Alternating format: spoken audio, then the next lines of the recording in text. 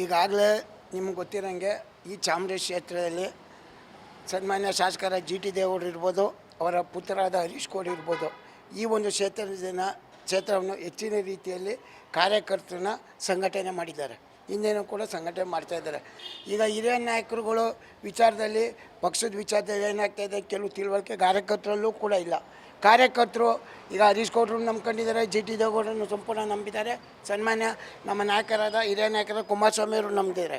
ನಾವು ಮನವಿ ಮಾಡ್ಕೊಳ್ಳೋದು ಇಷ್ಟೇ, ದಯವಿಟ್ಟು ಇಲ್ಲಿರುವ ಕೆಲವು ನಾಯಕರುಗಳು ಗೊಂದಲ ಸೃಷ್ಟಿ ಮಾಡೋದು ಬೇಡ. ಯಾಕಂದರೆ ಈಗಾಗಲೇ ಕೆಲವು ರಾಜಕೀಯ ಮುಖಂಡರ ಮನೆಗೆ ಹೋಗಿದ್ದೀರಾ.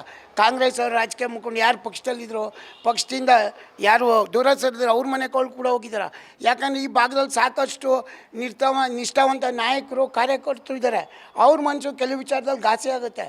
ಯಾಕಂದರೆ ನೀವು ಏಕಾಕಿ ಅವರ ಮನಸ್ಸಿನ ಭಾವನೆಗಳು ಅರಿಯದೆ ಸುಮ್ಮನೆ ಎಲ್ಲರ ಮನೆಗೆ ಹೋಗಿ ಅವ್ರನ್ನ ಕರೆಯೋದಾದ್ರೆ ಹಿಂದೆ ಹೋರಾಟ ಬಂದಿರೋ ನಾಯಕರು ವಿಚಾರದಲ್ಲಿ ಏನಾಗಬೇಕು, ನಿಮ್ಮ ರಾಜಕೀಯ ವಿಚಾರಗಳಿಗೆ ದಯವಿಟ್ಟು ನಮ್ಮ ಕಾರ್ಯಕರ್ತರನ್ನ ಬಲಿ ಕೊಡಬೇಡಿ ಅಂತ ಈ ಮುಖಾಂತರ ಮನೆಗೂ ಮಾಡ್ಕೋತೀನಿ.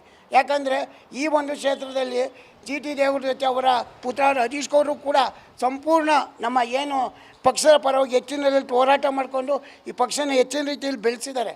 ಅದಕ್ಕೋಸ್ಕರ ದಯವಿಟ್ಟು ಇಂದು ಮೇಲೆ ನಾಯಕರು ಏನು ತೀರ್ಮಾನ ತಗೋತಾರೆ ನಿಜವಾಗ್ಲೂ ಅದ್ರ ಬಗ್ಗೆ ದಯವಿಟ್ಟು ನಮಗೇನು ವಿಚಾರಗಳು ಗೊತ್ತಿಲ್ಲ. ಇಲ್ಲಿರೋ ನಾಯಕರು ಪಕ್ಷದಲ್ಲಿ ಹೆಚ್ಚಿನ ರೀತಿಯಲ್ಲಿ ಯಾವುದೇ ಗೊಂದಲ ಸೃಷ್ಟಿ ಮಾಡಬೇಡಿ ಕಾರ್ಯಕರ್ತರಲ್ಲಿ ಅಂತ.